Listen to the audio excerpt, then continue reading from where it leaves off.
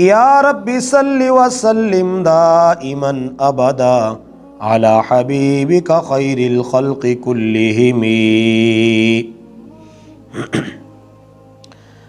معزز سامعین، دوستو، بزرگوں، بھائیوں، واجب الاحترام، شعبان المعظم کا یہ آخری جمعۃ المبارک ہے۔ اللہ کی رحمتوں اور برکتوں والا مہینہ آنے والا ہے۔ حدیث پاک میں آتا ہے کہ اللہ کے پیارے نبی صلی اللہ علیہ وسلم شعبان کے آخری دن میں صحابہ کو ایک خطبہ ارشاد فرماتے، اور اس خطبے کے اندر، اس واعظ کے اندر اللہ کے پاک پیغمبر صلی اللہ علیہ وسلم رمضان مبارک کی اہمیت کا ذکر فرماتے اور اس کی فرضیت کا ذکر فرماتے، اور اس بابرکت مہینے میں اللہ کی رحمتوں کے نزول کے حوالے سے صحابہ کو آگاہ فرماتے تاکہ رمضان کی اہمیت کو سمجھ کے آنے والے اس مبارک مہینے کی ہم قدر کرنے والے بن جائیں۔ تو اس موقع کی مناسبت سے میں آپ حضرات کی خدمت میں استقبال رمضان اور رمضان کی فرضیت، روزے کی فضیلت کے حوالے سے چند معروضات پیش کروں گا۔ اللہ رب العزت سے دعا ہے اللہ پاک ہم سب کو سن کے سمجھ کے عمل کی توفیق عطا فرمائیں۔ میرے بھائیوں، اللہ تبارک و تعالیٰ نے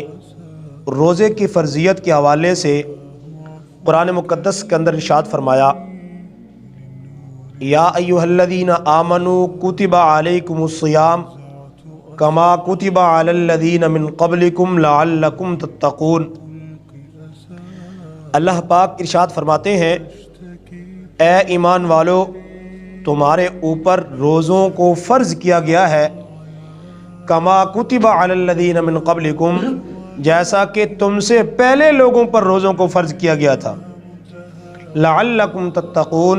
تاکہ تم تقوی اختیار کرنے والے بن جاؤ، تاکہ تم پرہیزگار بن جاؤ۔ اللہ تبارک و تعالیٰ نے ایمان والوں کو بڑے عجیب انداز میں روزوں کی فرضیت سے آگاہ فرمایا ہے، روزوں کی فرضیت کا پابند بنایا ہے۔ اللہ پاک نے اول تو روزے کی فرضیت بیان کی، کیونکہ روزہ ایک مشقت والا عمل ہے، تو روزہ کہتے ہی اسی کو ہیں کہ انسان اپنے آپ کو کھانے پینے سے روک لے، نفسانی خواہشات سے باز آ جائے۔ جب انسان روزہ رکھ لیتا ہے تو عام حالات میں وہ کام جو جائز ہوا کرتے ہیں، روزے کی وجہ سے ان کاموں کی ممانعت ہو جاتی ہے، کھانے پینے سے ممانعت ہے، نفسانی خواہشات کو پورا کرنے سے ممانعت ہے۔ تو یہ انسان کے لیے ایک مشقت والا مرحلہ ہے کہ انسان کھانے پینے کو چھوڑ دے، اپنی خواہشات کو چھوڑ دے۔ تو اللہ پاک نے ترغیب کے طور پہ صرف یہ نہیں فرمایا کہ تمہارے اوپر روزے فرض ہیں، بلکہ اللہ پاک نے ترغیب کے طور پہ اپنے بندوں کو، ایمان والوں کو ترغیب کے طور پر ارشاد فرمایا، کما کتب علی الذین من قبلکم، کہ اے میرے بندو، اے میرے نبی کی امت کے لوگوں، یہ روزے صرف تمہارے اوپر فرض نہیں ہوئے، بلکہ تم سے پہلے جو امتیں گزر چکی ہیں، تم سے پہلے جو لوگ گزر چکے ہیں، اللہ نے ان پر بھی روزوں کو فرض کیا تھا۔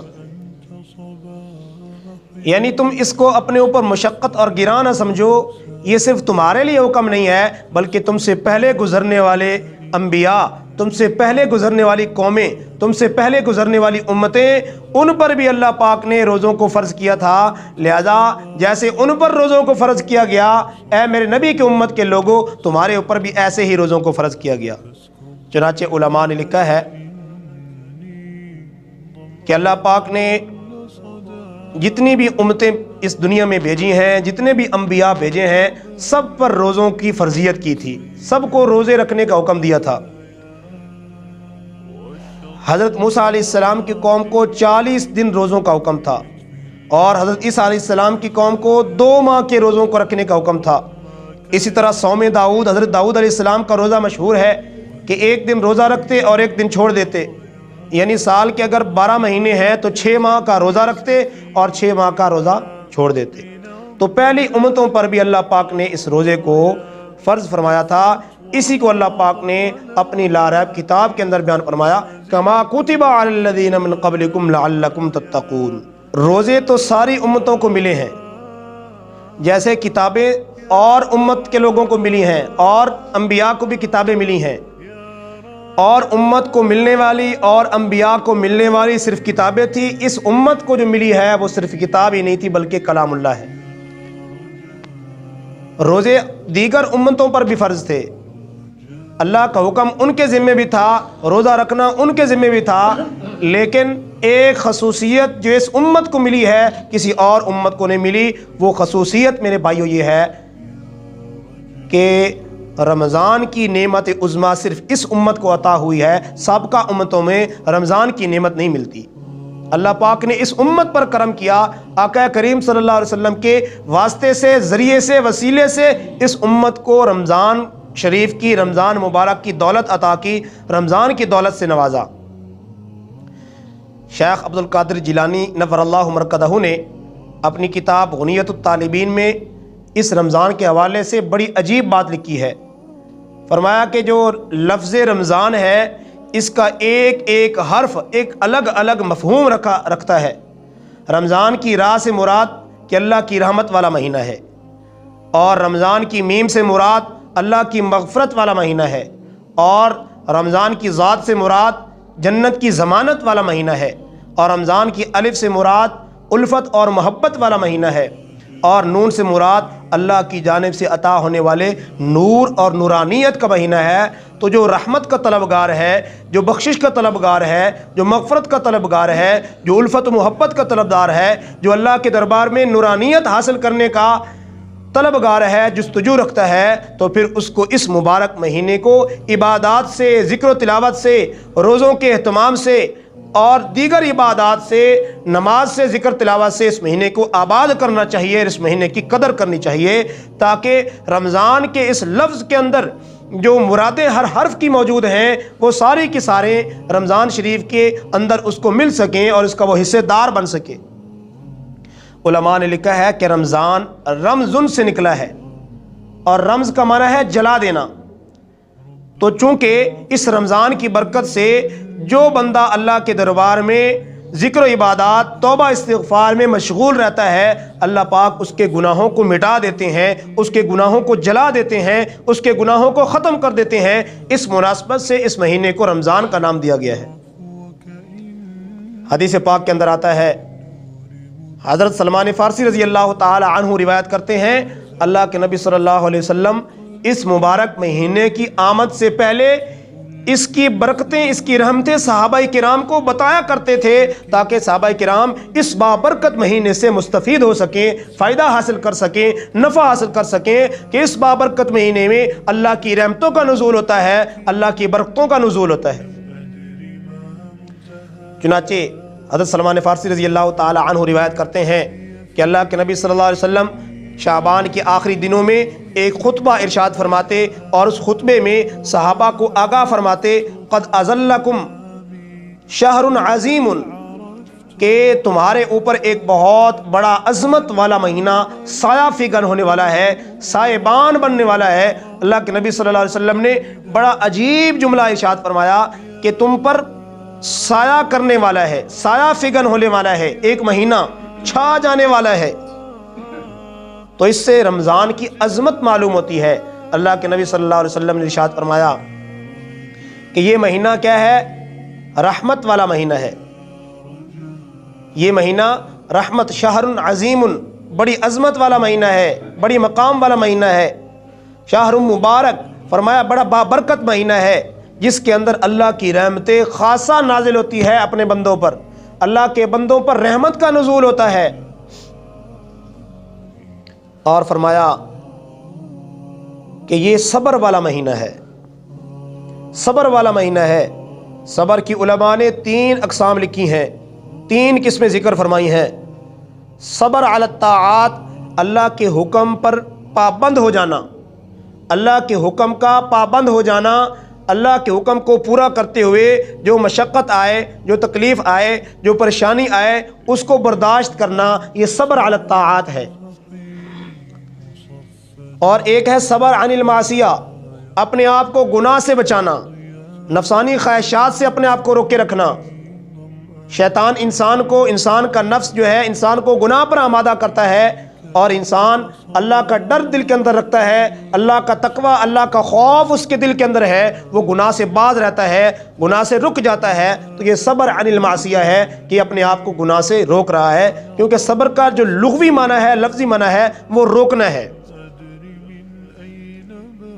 ایک ہے صبر علی المصیبہ، مصیبت اور پریشانی کے موقع پہ صبر کرنا اور حالات کو اللہ کے سپرد کر دینا، تو یہ بھی صبر کی اقسام میں ہے۔ تو اللہ کے نبی صلی اللہ علیہ وسلم کیا فرما رہے ہیں؟ یہ مبارک مہینہ صبر والا مہینہ ہے، شہر الصبر ہے، صبر والا مہینہ ہے کہ جس سے انسان اپنی بھوک کو جو ہے صبر سے برداشت کرتا ہے، پیاس کو صبر سے برداشت کرتا ہے اور اللہ کے احکام کی پابندی کرتا ہے۔ فرمایا کہ اس کے دن کا روزہ تمہارے اوپر فرض ہے، اور اس کے دن کا روزہ اور رات کی نماز، رات کا قیام یعنی تراویح کی نماز کا اہتمام، اس کا بھی ذکر اللہ کے نبی صلی اللہ علیہ وسلم نے۔ تو اس حدیث مبارک کے اندر اللہ کے نبی صلی اللہ علیہ وسلم نے یہ فرمایا نا کہ یہ بڑا عظمت والا مہینہ ہے، شہر عظیم۔ پھر اللہ کے نبی صلی اللہ علیہ وسلم نے یہ جملہ ارشاد فرما کے شہر عظیم کا جملہ ارشاد فرمایا، پھر اس جملے کو مزید کھولا، اس کی وضاحت کی کہ یہ عظمت والا مہینہ کیسے ہے۔ پھر بیان فرمایا کہ اس کے اندر اللہ کی رحمت اترتی ہے، اس کے اندر اللہ کی برکت اترتی ہے، اور اس مہینے کو صبر کا مہینہ کہا گیا، اور شہر المواسات، ہمدردی اور غمخواری کا مہینہ کہا گیا کہ جو سارا دن بھوک پیاس برداشت کرتا ہے، وہ اس کے دل کے اندر دوسروں کی ہمدردی، غربا کی ہمدردی پیدا ہوگی کہ بھوک پیاس برداشت کرنا کتنا مشکل کام ہے۔ جب وہ دیکھے گا کہ معاشرے کے اندر ہمارے ارد گرد ایسے لوگ بھی ہیں جن کے اندر جو ہے جو فاقے کی زندگی بسر کر رہے ہیں، تو جو روزے دار ہوگا اس کے اندر ہمدردی پیدا ہوگی اور وہ غربا پر خرچ کرنے والا بنے گا، غربا کی مدد کرنے والے بنے گا، مستحقین کی امداد کرنے والا بنے گا، ان کا تعاون کرنے والا بنے گا۔ تو اللہ کے نبی صلی اللہ علیہ وسلم نے فرمایا شہر المواسات، یہ غمخواری کا، ہمدردی والا مہینہ ہے کہ جس مہینے میں انسان کے دل کے اندر ہمدردی دوسروں کی پیدا ہوگی۔ جو بھوک افلاس کی زندگی بسر کرتے ہیں ان کی مشقت کا اندازہ ایسے ہوگا کہ جو خود اپنے اوپر بھوک اور پیاس کو برداشت کرے گا، پھر اس کو اس بات کا احساس ہوگا کہ بھوک پیاس برداشت کرنا کتنا مشکل کام ہے۔ اس کا نتیجہ یہ ہوگا کہ یہ غربا مساکین کی فکر کرے گا، ان پر خرچ کرے گا۔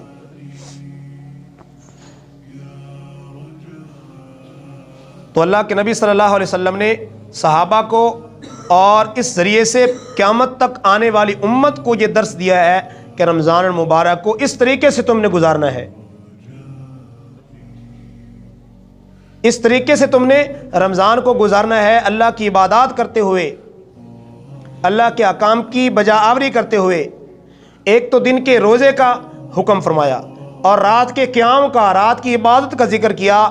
تراویح کی نماز میرے بھائیوں اللہ کی بڑی عظیم نعمت ہے، اور اس میں دو چیزیں جس کو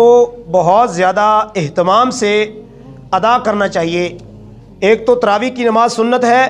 اس کے ساتھ ساتھ تراویح کی نماز میں قرآن سنانا بھی سنت ہے۔ آج کل بعض حضرات، بعض احباب سستی اور کاہلی کی وجہ سے بس مختصر اور چھوٹی صورتوں پر اکتفا کر لیتے ہیں، اور یہ جو رمضان کا مہینہ قرآن والا مہینہ ہے جس کے اندر اللہ پاک نے قرآن اتارا، شہر رمضان الذی انزل فیہ القرآن، اور تراویح کی نماز میں جو مسنون قرآن پاک پڑھنا جو ہے امت کو تعلیم دی گئی، سکھایا گیا ہے، وہ اپنی سستی اور کاہلی اور غفلت کی وجہ سے اس بہت بڑی نعمت سے اپنے آپ کو محروم کر لیتے ہیں۔ میرے بھائیو، تراویح پڑھنا بھی سنت ہے، اور قرآن پاک مکمل اس کے اندر تلاوت، اس کی سنانا یہ بھی سنت ہے۔ صرف صورتوں پر اکتفا کر لینا، اس سے صرف تراویح کی سنت تو ادا ہو جائے گی، قرآن مکمل سنانے کی سنت ادا نہیں ہوگی۔ تو رات کے قیام میں، تراویح کی نماز میں، ایک تو تراویح پوری مکمل جو 20 تراویح مسنون ہے اس 20 تراویح کو ادا کرنے کا اہتمام کیا جائے، اور دوسرے نمبر پہ شروع سے لے کے الحمد سے لے کے والناس تک مکمل قرآن پاک سننے کا اہتمام کیا جائے، سستی کا مظاہرہ نہ کیا جائے، اس کی بہت بڑی برکات ہیں۔ میرے بھائیو، جو قرآن پاک کا ہمارے اوپر حق ہے کہ ہم اس مبارک مہینے میں قرآن پاک کو کثرت سے تلاوت بھی کریں، اور تراویح کے اندر خاص طور پہ اس کی تلاوت کو سنیں، اور اس مکمل قرآن پاک کی تلاوت کو سنیں اور قرآن پاک کو پڑھیں۔ اس کی تاکید کی گئی ہے، یہ ہمارے اوپر قرآن پاک کا حق ہے، ہمارے اوپر لازم کیا گیا ہے کہ ہم قرآن مقدس کے اس حق کو ادا کریں۔ اللہ کے نبی صلی اللہ علیہ وسلم نے اسی حدیث کے اندر رمضان کی اور روزے کی فرضیت کا ذکر کیا اور روزے کی فضیلت کا ذکر کیا اور اس مہینے میں عبادات کی فضیلت کا ذکر کیا۔ اللہ کے نبی صلی اللہ علیہ وسلم فرماتے ہیں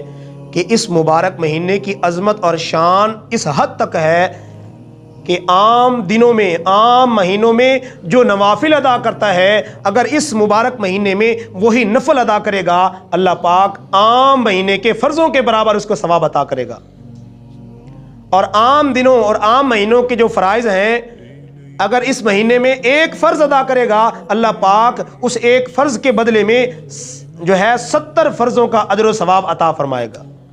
تو میرے بھائیو، کتنا بابرکت مہینہ ہے، کتنی عظمت والا مہینہ ہے، جس میں اللہ کی رحمت یعنی اللہ کی رحمتوں کا موسم بہار ہے، جس میں اللہ کی رحمتیں بے انتہا بہتی ہیں، اللہ کی رحمتیں بارش کے پانی کی طرح اترتی ہیں اپنے بندوں پر۔ تو یہ تو ہماری بدبختی ہوگی کہ اللہ کی ان رحمتوں سے ہم محروم ہو جائیں، ان برکات سے محروم ہو جائیں کہ اللہ کے نبی صلی اللہ علیہ وسلم فرما رہے ہیں کہ عام فرضوں کے بجائے جو عام مہینوں میں جو فرض ادا کیے جاتے ہیں، اس مہینے میں فرض ادا کرے گا تو 70 فرضوں کا ثواب ملے گا۔ کتنا بدقسمت اور بدنصیب ہوگا وہ شخص جو نوافل ذکر تلاوت تو دور کی بات، فرائض بھی اس مہینے میں ادا نہ کر سکے، فرائض سے بھی محروم رہ جائے، فرائض کی ادائیگی میں بھی سستی اور غفلت کا جو ہے شکار ہو جائے۔ تو اللہ کے پیارے حبیب صلی اللہ علیہ وسلم نے اس حدیث کے اندر، اس خطبے کے اندر بڑی تاکید فرمائی ہے اور رمضان مبارک کی عظمت کا ذکر فرمایا ہے۔ اور اللہ کے نبی صلی اللہ علیہ وسلم نے 4 باتیں اور 4 کام کرنے کے اللہ پاک نے، اللہ کے نبی صلی اللہ علیہ وسلم نے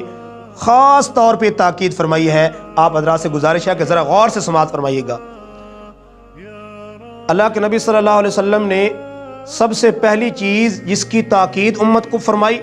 اور اللہ کے پیارے حبیب صلی اللہ علیہ وسلم کا اپنا عمل مبارک بھی اس کی اہتمام اور کثرت کا تھا۔ ویسے تو پورا مہینہ برکت رحمت والا ہے، عظمت والا ہے، نوافل کا ثواب فرضوں کے برابر مل رہا ہے، عام فرض جو ہے 70 فرضوں کے برابر اجر مل رہا ہے۔ اس کے باوجود بھی اللہ کے پیارے حبیب صلی اللہ علیہ وسلم 4 چیزوں کی تاکید فرما رہے ہیں۔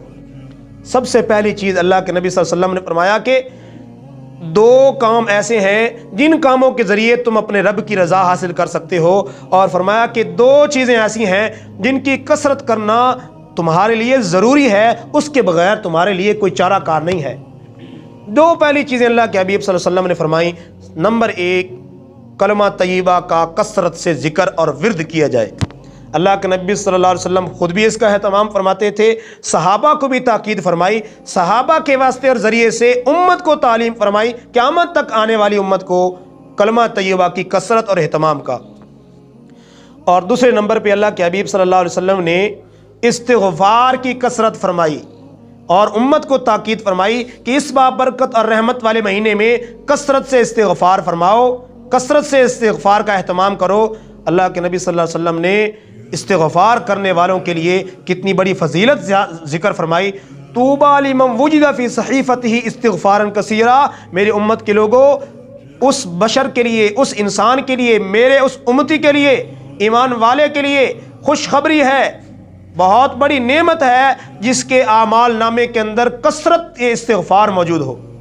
جس کے اعمال نامے میں استغفار کی کثرت ہے۔ اللہ کے حبیب صلی اللہ علیہ وسلم فرما رہے ہیں اس کے لیے خوشخبری ہے۔ اور فرمایا کل بنی آدم خطاؤن وخیر الخطائین التوابون، آدم کی ساری اولاد خطا کرنے والی ہے، گناہ کر بیٹھتی ہے، بھول چوک ہو جاتی ہے، معصیت کر بیٹھتی ہے، نافرمانی ہو جاتی ہے۔ اللہ کے حبیب صلی اللہ علیہ وسلم نے بڑا عجیب جملہ ارشاد فرمایا،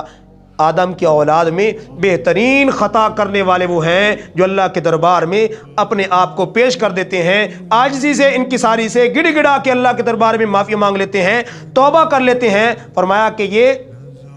سب سے بہترین گناہ گار ہیں جو اپنے آپ کو اللہ کے حوالے کر دیتے ہیں، گناہوں سے توبہ کر لیتے ہیں۔ تو 2 چیزیں ہو گئیں، کلمہ طیبہ کی کثرت، نمبر 2 استغفار کی کثرت، اور 2 چیزیں اللہ کے نبی صلی اللہ علیہ وسلم نے فرمائی کہ 2 چیزیں ایسی ہیں جن کے بغیر تمہارے لیے کوئی چارہ کار نہیں ہے۔ پہلی چیز فرمائی کہ اللہ سے جنت کا کثرت سے سوال کرو، اللہ سے جنت میں ٹھکانہ طلب کرو۔